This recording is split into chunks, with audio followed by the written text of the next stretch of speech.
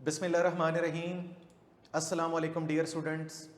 उम्मीद है आप तमाम लोग खैरियत से होंगे। और एक और बात की भी स्टूडेंट्स उम्मीद करता हूँ, जैसा कि मैंने लास्ट लेक्चर में आपको बताया कि स्टूडेंट्स आपने जब वीडियो लेक्चर को सुनना है, देखना है, तो आपने अपने साथ लाजमी तौर पे कॉपी पेंसिल रखनी है ताकि चीज़ों को नोट डाउन करके अगले दिन क्यूरी सेशन में टीचर से डिस्कस करना है आप लोगों ने। बेटा अगर आप ऐसे काम नहीं करेंगे तो क्यूरी सेशन की इफेक्टिवनेस ख़त्म हो जाएगी। तो हमारे कॉलेज ने इतने अच्छे तरीके से इस चीज़ का एहतमाम किया है, तो मैं उम्मीद करूँगा बेटा कि आप मेरी कही हुई बात को इंशाल्लाह मानेंगे, इम्प्लीमेंट करेंगे और अपने क्यूरी सेशन की इफेक्टिवनेस को मज़ीद बेहतर बनाएंगे। Coming to the lecture dear student, आज हमारे पास एटॉमिक स्पेक्ट्रा का नेक्स्ट आर्टिकल है जिसका नाम है एनर्जी लेवल डायग्राम। स्टूडेंट ये बहुत आसान आर्टिकल है और ये आसान आर्टिकल बोर्ड के पेपर में मैक्सिमम एमसीक्यूज के अंदर ही कवर होता है। लेकिन स्टूडेंट्स एमसीक्यूज को भी कवर करवाने के लिए आपको बहुत सारी चीजों को अंडरस्टैंड करना पड़ेगा। मैंने बहुत सारी बातें प्रीवियस लेक्चर में आपको बता दी हैं, लेकिन मैं रिकॉल करने के लिए मैं फिर एक दफा आपको बता दूंगा ताकि आपके लिए अंडरस्टैंड करने में मजीद आसानी हो जाए। तो सबसे पहले मैं आपको एनर्जी लेवल डायग्राम में ये पूरी डायग्राम समझाता हूं, उसके बाद मैं इस डायग्राम की सिग्निफिकेंस बताऊंगा और फिर एट द एंड में बताऊंगा कि कौन कौन सी ऐसी बातें हैं जो मैंने यहां पर लिखी हैं और ये बोर्ड के पेपर में एमसीक्यूज में कवर हो सकती हैं। तो एक छोटा सा आर्टिकल है, इसको हम एमसीक्यूज के आर्टिकल में कवर करने की करेंगे कोशिश। स्टूडेंट सबसे पहली बात, what is energy level diagram? Energy level diagram क्या है, इसको क्यों डिस्कस किया जाता है, इसकी क्या सिग्निफिकेंस है, और इन डायग्राम को देखने के बाद हमारे नॉलेज में किन चीजों का इजाफा होगा, ये दो तीन बातें आज के लेक्चर में डिस्कस करते हैं।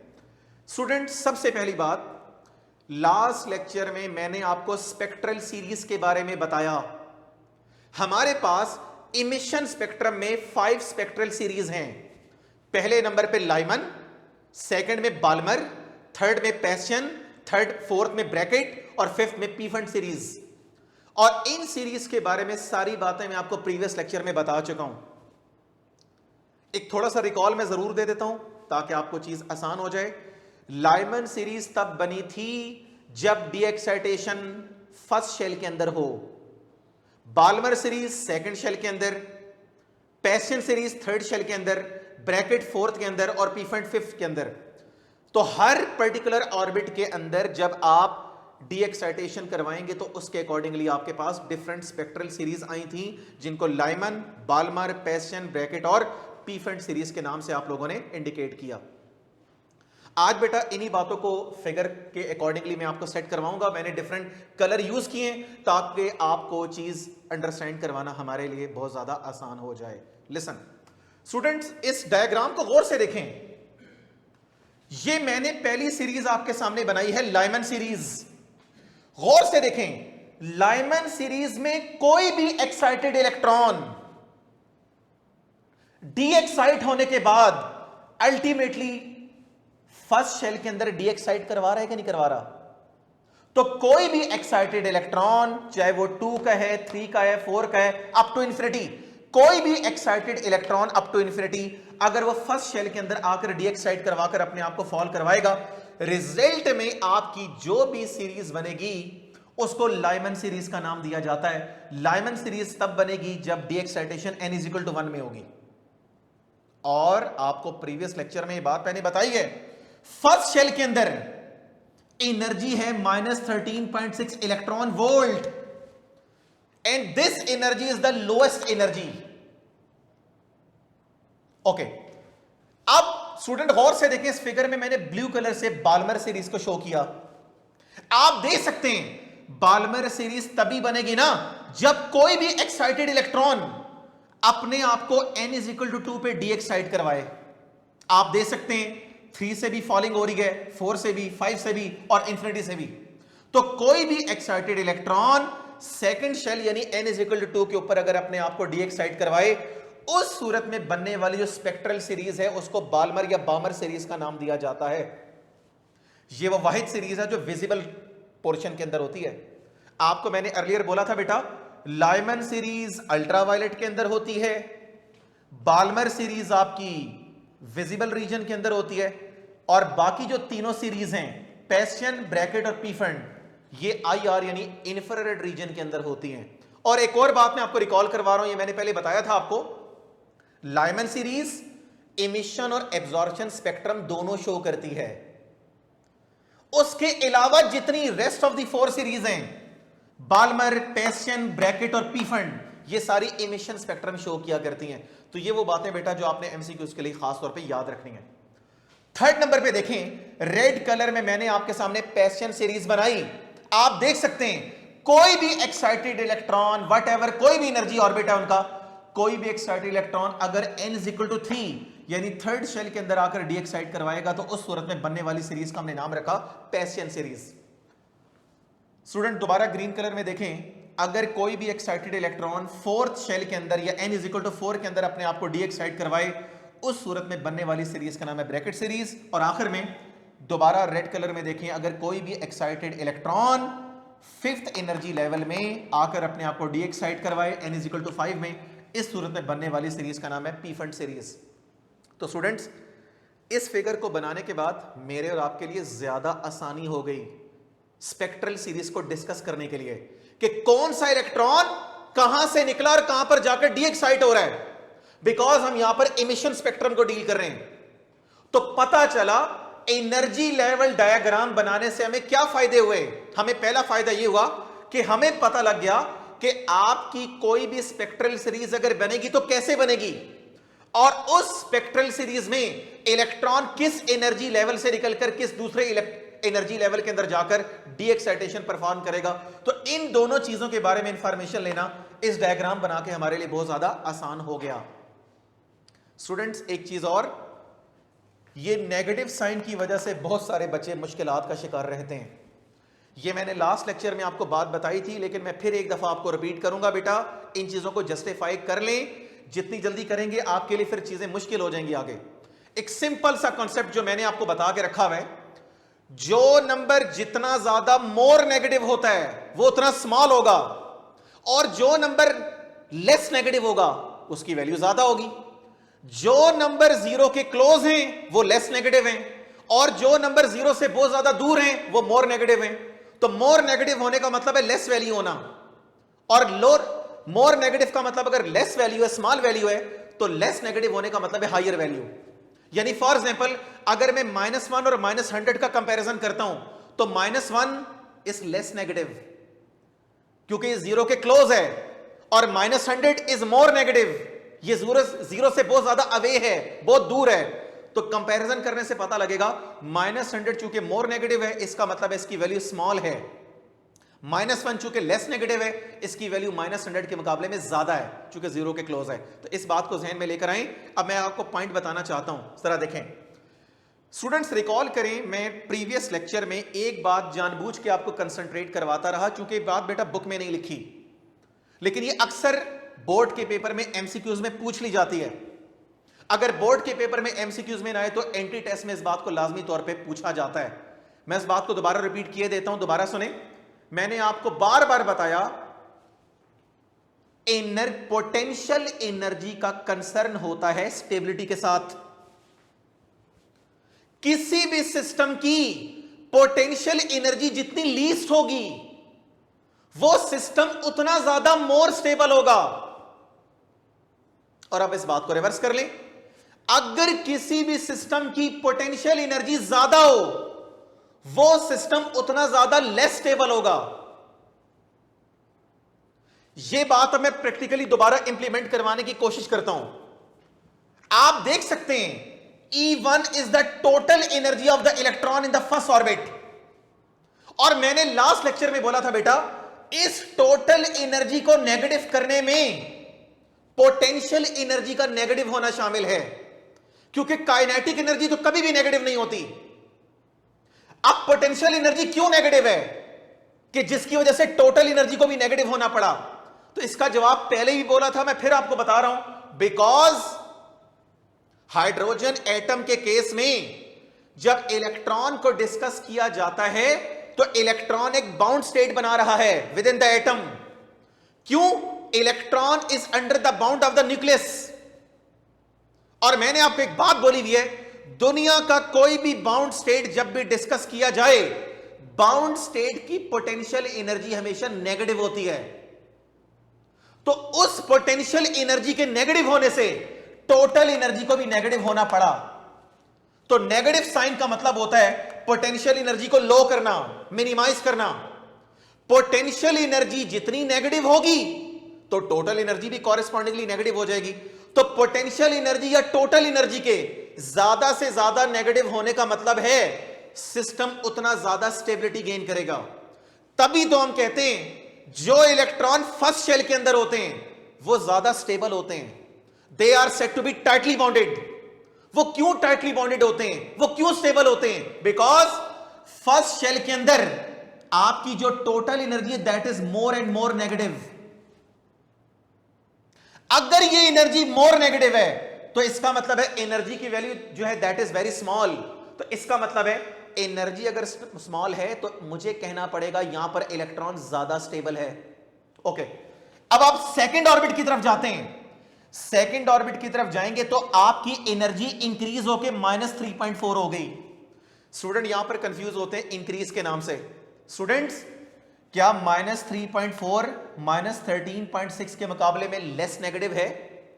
तो जो नंबर लेस नेगेटिव होता है उसकी वैल्यू ज्यादा होती है। तो देख लें, आप जब फर्स्ट से सेकंड ऑर्बिट की तरफ गए तो आपकी एनर्जी इंक्रीज हो गई। अब एनर्जी इंक्रीज होने का मतलब है एनर्जी इंक्रीज तो है लेकिन एनर्जी आपकी लेस नेगेटिव है, यानी ये वाली वैल्यू इस वाली वैल्यू के मुकाबले में कंपैरेटिवली ज्यादा है। तो इसका मतलब है सेकंड एनर्जी स्टेट में अगर एनर्जी पहले एनर्जी लेवल के मुकाबले में लेस नेगेटिव है, it means second energy level के अंदर एनर्जी आपकी ज्यादा है। एनर्जी अगर ज्यादा है तो यहां पर इलेक्ट्रॉन की स्टेबिलिटी कंपैरेटिवली लेस होगी। ऊपर चले जाएंगे एनर्जी और बढ़ गई, स्टेबिलिटी और कम हो जाएगी। ऊपर चले जाएं और आपकी एनर्जी और बढ़ी तो ऐसा करने से आपकी स्टेबिलिटी डिक्रीज हो रही है। तो क्या मतलब हुआ? जैसे जैसे ऊपर वाले ऑर्बिट में आप जाते जा रहे हैं तो then due to increase in the energy के अंदर आने वाले इंक्रीज से इलेक्ट्रॉन टाइटली बाउंड नहीं हो रहे। जब वो इलेक्ट्रॉन टाइटली बाउंडेड नहीं हो रहे तो इसका मतलब उनकी स्टेबिलिटी के अंदर कमी आ रही है। और आखिरकार हम हायर एनर्जी स्टेट में ऊपर जाते जाते जाते इंफिनिटी पे चले गए। Now what does it mean by the infinity?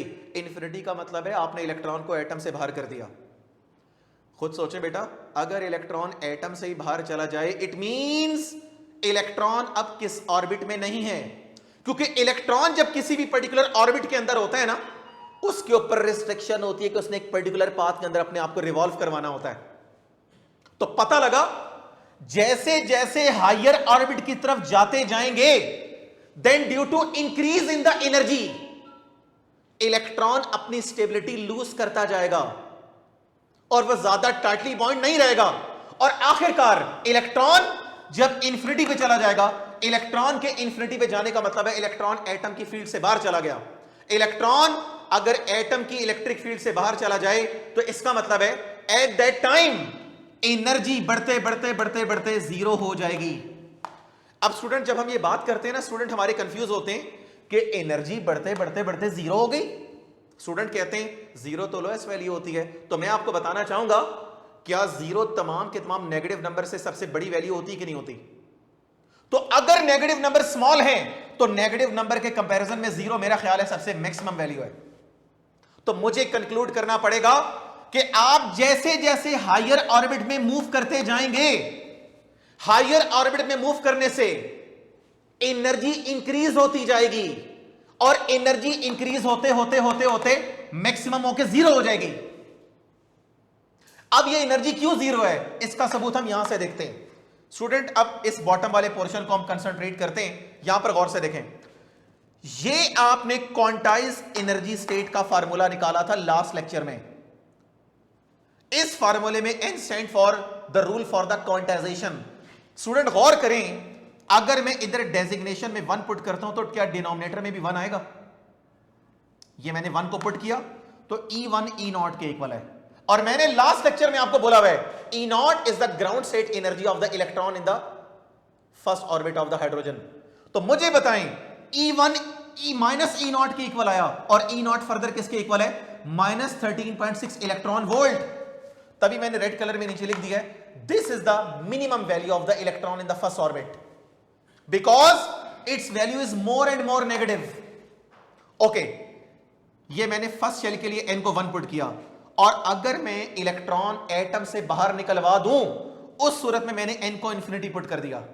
तो जब इधर n की वैल्यू इंफिनिटी है तो डिनोमिनेटर में भी इंफिनिटी का स्क्वायर आएगा, और आपको पता है इंफिनिटी का स्क्वायर भी इंफिनिटी होता है, और इंफिनिटी अगर डिनोमिनेटर में आ जाए तो सारा आंसर जीरो हो जाता है। तो पता लगा इलेक्ट्रॉन की एनर्जी इंफिनिटी के ऊपर जीरो होती है, and zero is the maximum value. तो अगर फर्स्ट शेल के अंदर एनर्जी आपकी मोर नेगेटिव होने की वजह से एनर्जी स्मॉल है या मिनिमम है, तो इलेक्ट्रॉन जब एटम की फील्ड से बाहर चला जाएगा तो उसकी एनर्जी इंफिनिटी पे जाकर मैक्सिमम हो जाएगी, और वो मैक्सिमम वैल्यू 0 इलेक्ट्रॉन वोल्ट के इक्वल है। तो पता लगा अगर फर्स्ट शेल के अंदर एनर्जी मिनिमम है और इंफिनिटी पे जाकर एनर्जी मैक्सिमम है, तो फिर मुझे कंक्लूड करना पड़ेगा at the end of the lecture, जैसे जैसे आप हाई एनर्जी स्टेट के अंदर जाएंगे इलेक्ट्रॉन की एनर्जी इंक्रीज होती जाएगी।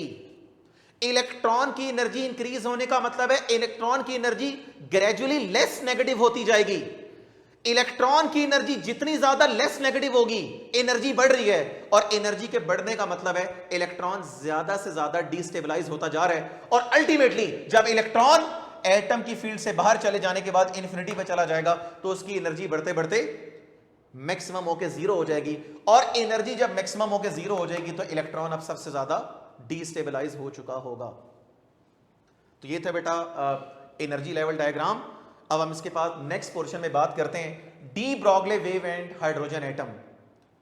स्टूडेंट, ये जो क्वेश्चन है ये बोर्ड के पेपर में, पास पेपर में शॉर्ट क्वेश्चन में कवर होता रहा है, 4 से 5 दफा आया है। तो क्वेश्चन बहुत आसान है, तो ये ध्यान में रखें। मैं आपको साथ साथ बताता हूं कि कौन सा क्वेश्चन किस पोर्शन में आता है। तो ये सेक्शन बी या सी में कवर होता है शॉर्ट क्वेश्चन के अंदर, तो इसको हम कंसंट्रेट करेंगे। तो आज का हमारा नेक्स्ट आर्टिकल है de Broglie wave and hydrogen atom. बेटा आर्टिकल इज क्वाइट इजी, लेकिन मैं 2 पॉइंट्स आपको बताना चाहूंगा। जब तक ये 2 पॉइंट्स आपको नहीं पता लगेंगे हमारा काम नहीं चलेगा आगे। और वो पहला पॉइंट क्या है, इस आर्टिकल को अंडरस्टैंड करने के लिए मैं पहले आपको बात बताऊंगा डुअल नेचर। स्टूडेंट्स, जो स्टूडेंट्स जो केमिस्ट्री पढ़ते हैं उन्हें तो होपफुली पता होगा, लेकिन जो कंप्यूटर वाले हैं या कोई और स्टूडेंट्स हैं उनको मैं थोड़ा ब्रीफ करना चाहूंगा। What is the meaning of the dual nature? Dual का मतलब होता है दो, ट्वाइस, दुगना। डुअल नेचर के मुताबिक वेव और पार्टिकल दोनों की ही डुअल नेचर होती है। क्या मतलब है इस बात का? इस बात का मतलब है वेव तो वेव होती ही होती है, but under some circumstances wave अपने आप को एज अ पार्टिकल के तौर पे शो करवाती है। लाइकवाइज पार्टिकल तो पार्टिकल होता ही होता है, लेकिन अंडर सम सर्कमस्टेंसेस पार्टिकल अपने आप को वेव के तौर पे शो करवाया करता है। मींस वेव की भी डुअल नेचर है, पार्टिकल की भी डुअल नेचर है, but keep in mind simultaneously at the same time आप दोनों कंडीशंस को ऑब्जर्व नहीं कर सकते। एक वक्त में या तो पार्टिकल नेचर ऑब्जर्व होगी या एक वक्त में आपकी वेव नेचर होगी। दोनों को at the same time discuss करना ये हमारी लिमिटेशन है। तो मैं आपको एक बात ये बताना चाहूंगा, मॉडर्न फिजिक्स के रूल के मुताबिक आज के बाद अगर कोई पर्सन इलेक्ट्रॉन को वेव भी कह देगा तो मैं इस बात को गलत नहीं मानूंगा। सारी दुनिया जानती है कि इलेक्ट्रॉन इज अ पार्टिकल, बिल्कुल ठीक है, लेकिन मॉडर्न फिजिक्स के रूल के अकॉर्डिंग, क्वांटम मैकेनिक्स के रूल के मुताबिक अगर इलेक्ट्रॉन को कोई बंदा वेव भी कह देगा तो हम इस बात को गलत नहीं मानेंगे, because electron is a particle. और याद रखें जितने भी पार्टिकल हैं ये डुअल नेचर फॉलो करते हैं। तो मॉडर्न थ्योरी के मुताबिक इलेक्ट्रॉन जब अराउंड द न्यूक्लियस रिवॉल्व करेगा वो अपने साथ एक मैटर वेव एसोसिएट करवाएगा। वो matter wave 3 dimensional standing wave की फॉर्म में आपके सामने अवेलेबल होगी, जो मैंने फिगर में आपके सामने मैंडेट कर दिया। इस बात को दोबारा सुने बेटा, ये नई बात है, पहली दफा आप लोग सुन रहे हैं। Electron is a material particle. Dual nature के मुताबिक जब आपका पार्टिकल मूव करेगा तो मोशन की वजह से एक मैटर वेव पैदा होगी, और इलेक्ट्रॉन जब एटम के अंदर अराउंड द न्यूक्लियस रिवॉल्व करेगा तो इलेक्ट्रॉन के साथ जो एसोसिएट होने वाली मैटर वेव है वो matter wave 3 dimensional stationary wave की फॉर्म में अवेलेबल होगी around the nucleus, and this is the modern concept. दूसरी बात है बेटा quantization of the angular momentum. जब मैं ये आर्टिकल आपको मैथमेटिकली डिराइव करवा दूंगा ना, इस आर्टिकल को करवाने का पर्पस एक और ये है कि हम एंगुलर मोमेंटम को भी क्वांटाइज करवाना चाहते हैं। स्टूडेंट्स, मैं बार बार आपको लगातार 2 लेक्चर से बता रहा हूं, क्वांटम मैकेनिक्स के रूल के मुताबिक मुझे हर क्वांटिटी को क्वांटाइज करना पड़ेगा। तो जब आर्टिकल हम कर लेंगे तो एट द एंड में आपको बताऊंगा कि हम आखिरकार इलेक्ट्रॉन का एंगुलर मोमेंटम भी क्वांटाइज करवाने में कामयाब हो जाएंगे, और यही हमारी रिक्वायरमेंट है। अब ये काम कैसे है स्टूडेंट, जरा इन फिगर को गौर से देखें। मैं आपके सामने कुछ कंसंट्रेशन करवाना चाहता हूं, ये फिगर अंडरस्टैंड कर लें, आपके लिए काम बहुत ज्यादा आसान हो जाएगा। स्टूडेंट्स गौर से देखें, ये 2 फिक्स स्पॉट्स हैं, ये मेरे पास एक स्ट्रेच स्ट्रिंग है जिसकी लेंथ का नाम है L। इसके अंदर मैंने 2 वाइब्रेशंस पैदा करवाई। 2 वाइब्रेशंस पैदा करवाने का मतलब है 2 लूप्स पैदा करवाई। आपने फर्स्ट ईयर में पढ़ा हुआ है चैप्टर नंबर 8 में 3 कंसेक्टिव नोड्स या 3 कंसेक्टिव एंटी नोड्स के दरमियान डिस्टेंस 1 लैम्डा के इक्वल होता है। Let me repeat, 3 consecutive nodes या 3 कंसेक्टिव एंटी नोड्स के दरमियान डिस्टेंस 1 लैम्डा के इक्वल है। अब इस बात को बेस बनाते हैं, कैसे? स्टूडेंट्स मुझे एक बात बताएं, जब स्ट्रिंग की लेंथ का नाम है L और मैंने स्ट्रिंग के अंदर 2 वाइब्रेशंस पैदा की, 2 वाइब्रेशंस पैदा करने का मतलब 2 लूप्स पैदा किए मैंने, तो जब मैंने 2 लूप्स पैदा किए हैं तो मुझे बताएं नोड कितने बनने? 3, 1, 2 और 3। तो मुझे बताएं ये पूरे का पूरा डिस्टेंस मुझे बताएं 1 लैम्डा के इक्वल होगा। ओके, अगर सेम लेंथ के ऊपर अगर मैं लूप्स की तादाद डबल कर देता हूं, पहले 2 थी मैंने 4 कर दी, तो अब मुझे बताएं ये डिस्टेंस बढ़ते बढ़ते 2 लैम्डा नहीं हो जाएगा? यहां तक 1 लैम्डा, यहां तक 1 lambda, 1 lambda plus 1 lambda 2 lambda. Similarly same length को मेंटेन करते हुए अगर मैं लूप्स की तादाद 8 कर लेता हूं, 8 कर लेता हूं, तो मुझे बताएं लेंथ आपकी 4 लैम्डा के इक्वल होगी। सिमिलरली अगर मैं लूप्स की तादाद को बढ़ाते बढ़ाते n कर दूं, मुझे नहीं पता कि what is the exact value of the n, लेकिन मुझे इतना पता कि n की वैल्यू होगी कोई बहुत ज्यादा। तो नोट करें, अगर मैं स्ट्रिंग के अंदर n नंबर ऑफ लूप्स पैदा करवा दूं या n नंबर ऑफ वाइब्रेशन पैदा करवाऊं, तो L मुझे बताएं कभी ना कभी n लैम्डा के बराबर होगा। देखिए ना, कभी L कभी 1 लैम्डा के इक्वल है, कभी 2 लैम्डा के इक्वल है, कभी 4 लैम्डा के इक्वल है, कभी 6 लैम्डा के इक्वल होगी। तो जब n नंबर ऑफ लूप्स को डिस्कस करेंगे तो लेंथ मुझे बताएं कभी ना कभी n लैम्डा के भी तो इक्वल होगी ना। ओके, अब हम एक काम करते हैं, हम सपोज करते हैं, मैंने यहां पर लिख दिया है, इस स्ट्रिंग को अगर मैं सर्कुलर फॉर्म में बेंड करवा लेता हूं, अगर स्ट्रिंग को सर्कल में बेंड करवाएं, सर्कल में बेंड करवाएंगे तो ये पूरी की पूरी लेंथ सर्कल के सरकमफेरेंस के इक्वल होगी, और इस सर्कल का सरकमफेरेंस 2πr के इक्वल है। अब मैं काम करता हूं, इक्वेशन E और इक्वेशन B को कंपेयर करता हूं। कंपेयर करेंगे तो जब लेफ्ट लेफ्ट के इक्वल है तो राइट राइट के इक्वल होगी। ये मैंने राइट को बेटा इस राइट के इक्वल कर दिया।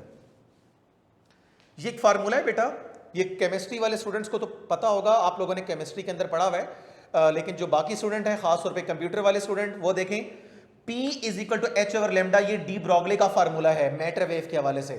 P stand for momentum, H stand for Planck's constant, and lambda stand for wavelength of the matter wave.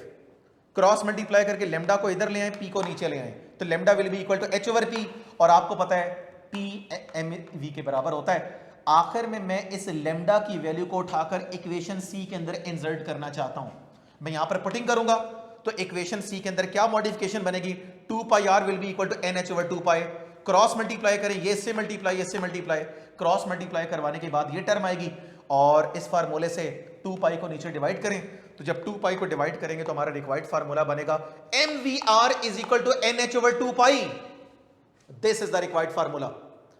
इस फार्मूले से पता लगा कि मैं अगर एंगुलर मोमेंटम को क्वांटाइज करवाना चाहूं तो मेरे लिए कोई इशू नहीं है। इस बात को अंडरस्टैंड करने के लिए अगले स्टेप पे देखते हैं। स्टूडेंट्स, जैसा कि मैंने आपको फर्स्ट लेक्चर में बताया था एटॉमिक स्पेक्ट्रा के, ये जो MVR है ना, MVR is in fact the orbital angular momentum of the electron in any particular orbit. ये बात आपने चैप्टर नंबर 5 फर्स्ट ईयर में पढ़ी हुई है। L was equal to R cross P, R cross P को ओपन करते हैं तो MVR आता है। तो MVR ऑर्बिटल एंगुलर मोमेंटम है इलेक्ट्रॉन का किसी भी पर्टिकुलर ऑर्बिट के अंदर, और इस फार्मूले के मुताबिक orbital angular momentum is equal to integral multiple of h divided by 2 pi. n stand for integer, और यहां पर n प्रिंसिपल क्वांटम नंबर को शो कर रहा है। आप जैसे जैसे शेल को तब्दील करते जाएंगे, देन फॉर ईच शेल आपके पास ऑर्बिटल एंगुलर मोमेंटम की डिफरेंट वैल्यूज आएंगी। कैसे आएंगी अगले स्टेप में देखते हैं। स्टूडेंट देखें, मैंने प्रिंसिपल क्वांटम नंबर n को 1 पुट किया फॉर द के शेल, तो पहले शेल के लिए जब n को 1 पुट करेंगे इस फार्मूले के अंदर, तो फार्मूला आएगा mvr is equal to 1h/2 pi. जब सेकंड शेल के लिए 2 पुट करेंगे तो 2h/2 पाई, n को 3 पुट करेंगे तो 3h/2 पाई।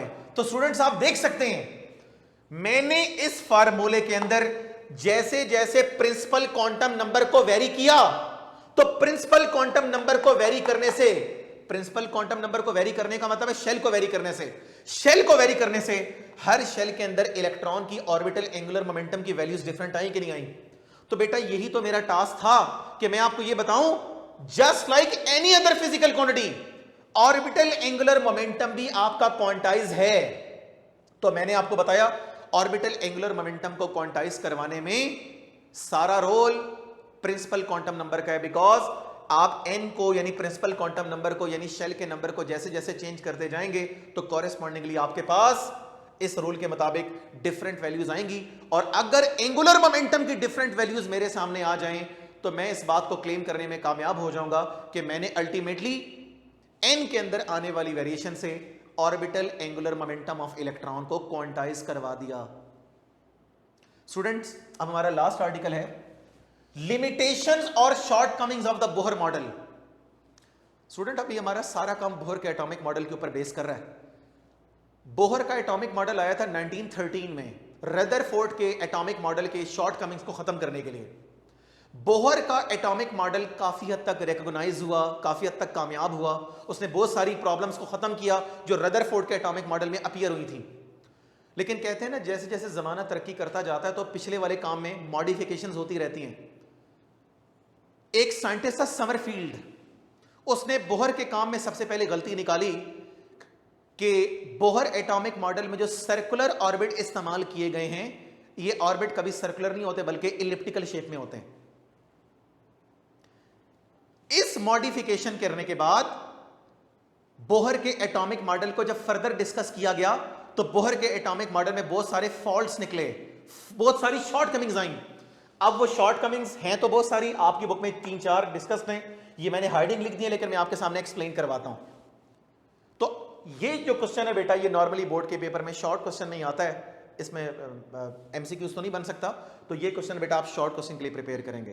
तो अब मैं आपको 1 बाय 1 करके at the end of the lecture बताता हूं बोहर के एटॉमिक मॉडल में कौन सी शॉर्टकमिंग्स थी, कौन सी लिमिटेशंस हैं, तो उनको 1 बाय 1 करके देखते हैं। नंबर 1 सबसे इंपॉर्टेंट बात, बोहर का जो एटॉमिक मॉडल है ना वो फाइन स्ट्रक्चर के बारे में कोई इंफॉर्मेशन नहीं देता। स्टूडेंट्स ये फाइन स्ट्रक्चर का जो वर्ड है ना आपके सामने, ये आप पहली दफा सुन रहे हैं, आपने मैट्रिक में या फर्स्ट ईयर में कभी नाम नहीं सुना, तो मैं सबसे पहले इसको एक्सप्लोर करवाना चाहूंगा आपके सामने। जब तक आप फाइन स्ट्रक्चर का मतलब क्लैरिफाई नहीं करेंगे आपको ये पूरी हाइडिंग समझ में नहीं आएगी। फाइन स्ट्रक्चर का मतलब होता है किसी भी स्पेक्ट्रल लाइन का more and more thinner lines के अंदर कन्वर्ट होना। जो स्टूडेंट्स केमिस्ट्री के हैं ना उन्होंने पढ़ा होगा, हम 2 कॉन्सेप्ट इस्तेमाल करते हैं, एक होता है स्टार्क इफेक्ट और एक होता है जीमन इफेक्ट। जीमन इफेक्ट का ताल्लुक है मैग्नेटिक फील्ड के साथ और स्टार्क इफेक्ट का ताल्लुक है इलेक्ट्रिक फील्ड के साथ। अगर स्पेक्ट्रल लाइंस को इलेक्ट्रिक फील्ड के अंदर प्लेस किया जाए और इलेक्ट्रिक फील्ड के अंदर प्लेस करने के बाद अगर स्पेक्ट्रल लाइंस के अंदर मजीद स्प्लिटिंग हो जाए उसको स्टार्क इफेक्ट कहते हैं। और अगर स्पेक्ट्रल लाइंस को मैग्नेटिक फील्ड के विद इन प्लेस किया जाए और मैग्नेटिक फील्ड के विद इन प्लेस करने के बाद अगर स्पेक्ट्रल लाइंस के अंदर मजीद स्प्लिटिंग हो जाए उस सूरत में उस इफेक्ट का नाम होगा जीमन इफेक्ट। तो मैं आपको यह बताना चाह रहा हूं इलेक्ट्रिक फील्ड और मैग्नेटिक फील्ड का इस्तेमाल करके आप स्पेक्ट्रल लाइंस के अंदर मजीद स्प्लिटिंग कर सकते हैं। स्प्लिटिंग करने का मतलब है more and more thinner lines के अंदर कन्वर्ट कर सकते हैं। तो मैं आपको बता रहा था फाइन स्ट्रक्चर के बारे में, तो याद रखें बोर्ड के पेपर में आपसे वैसे पूछ लिया जाए या एग्जामिनर वाइवे में पूछे तो आप उससे बताएं बोहर के एटॉमिक मॉडल में जब फाइन स्ट्रक्चर को डिस्कस किया जाता है तो आपको कहना पड़ेगा बोहर का एटॉमिक मॉडल फाइन स्ट्रक्चर को डिस्कस नहीं करवाता, फाइन स्ट्रक्चर को डिस्कस करवाने में बुरे तरीके से फेल होता है। यानी इस बात का अल्टीमेटली मतलब है बोहर का एटॉमिक मॉडल स्टार्क इफेक्ट और जीमन इफेक्ट के बारे में कोई इंफॉर्मेशन नहीं देता। क्यों? स्टार्क इफेक्ट हमें यह बताता है कि स्पेक्ट्रल लाइंस को आपने मोर थिनर लाइंस के अंदर डीकंपोज करना है इलेक्ट्रिक फील्ड के अंदर, और जीमन इफेक्ट यह बताता है कि स्पेक्ट्रल लाइंस को मोर थिनर लाइन के अंदर आपने डीकंपोज करना है under the action of magnetic field. तो पता लगा फाइन स्ट्रक्चर का एक्चुअल में मतलब है स्पेक्ट्रल लाइन को मोर एंड मोर स्प्लिट करके more and more thinner line के अंदर कन्वर्ट करना। लेकिन याद रखें इस फाइन स्ट्रक्चर के बारे में कोई इंफॉर्मेशन बोहर के एटॉमिक मॉडल के अंदर अवेलेबल नहीं है, तो ये इसकी पहली लिमिटेशन है। Second limitation, violation of the uncertainty principle. Uncertainty principle ये केमिस्ट्री वाले स्टूडेंट ने फर्स्ट ईयर की केमिस्ट्री के अंदर पढ़ा होगा, लेकिन ये मैं बात में कंप्यूटर वाले स्टूडेंट्स के लिए बताऊंगा। अनसर्टेनिटी प्रिंसिपल के मुताबिक आप at the same time electron की पोजीशन और उसके मोमेंटम को जस्टिफाई नहीं कर सकते 100% एक्यूरेसी के साथ। लेकिन बोहर के एटॉमिक मॉडल में अनसर्टेनिटी प्रिंसिपल को वायलेट किया गया। बोहर के रूल के मुताबिक आप at the same time 100% accuracy के साथ इलेक्ट्रॉन के मोमेंटम और उसकी पोजीशन को जस्टिफाई कर सकते हैं, और यह बात चूंकि अनसर्टेनिटी प्रिंसिपल की वायलेशन है तो इसका मतलब ये भी बोहर के एटॉमिक मॉडल की शॉर्टकमिंग्स में बात आ गई। पॉइंट नंबर थर्ड, बोहर का जो एटॉमिक मॉडल है ना, वो जो डिफरेंट स्पेक्ट्रल सीरीज बनी थी लाइमन, बाल्मर, पैस्टियन, ब्रैकेट और पीफंड, उसमें जो भी आपकी रेडिएशंस आ रही थी उनकी इंटेंसिटी के बारे में कोई इंफॉर्मेशन बोहर के एटॉमिक मॉडल में हमें प्रोवाइड नहीं करवाई जाती। और आखिरी बात, applicable on the hydrogen atom और हाइड्रोजन लाइक एटम। बोहर का एटॉमिक मॉडल या तो हाइड्रोजन के ऊपर एप्लीकेबल होगा या हाइड्रोजन लाइक एटम के ऊपर एप्लीकेबल होगा। हाइड्रोजन या हाइड्रोजन लाइक एटम का मतलब है सिंगल इलेक्ट्रॉनिक सिस्टम। हर वो एटम जिसमें सिंगल इलेक्ट्रॉन होगा, सिंगल इलेक्ट्रॉनिक सिस्टम होगा, वहां पर तो हाइड्रोजन का एटम एप्लीकेबल है। अगर मल्टी इलेक्ट्रॉनिक सिस्टम की बात करेंगे तो वहां पर हाइड्रोजन एटम के ऊपर आप बोहर के एटॉमिक मॉडल को भी इंप्लीमेंट नहीं करवा सकेंगे। तो उम्मीद है बेटा आपको लेक्चर समझ आया होगा। अगर लेक्चर में कोई प्रॉब्लम हो, इस लेक्चर को 1, 2, 3 दफा आप देखें, फिर भी मसला हो तो उसको बेटा अगले दिन क्यूरी सेशन में लाजमी तौर पे डिस्कस कीजिएगा। ओके बेटा, थैंक यू, खुदा हाफिज।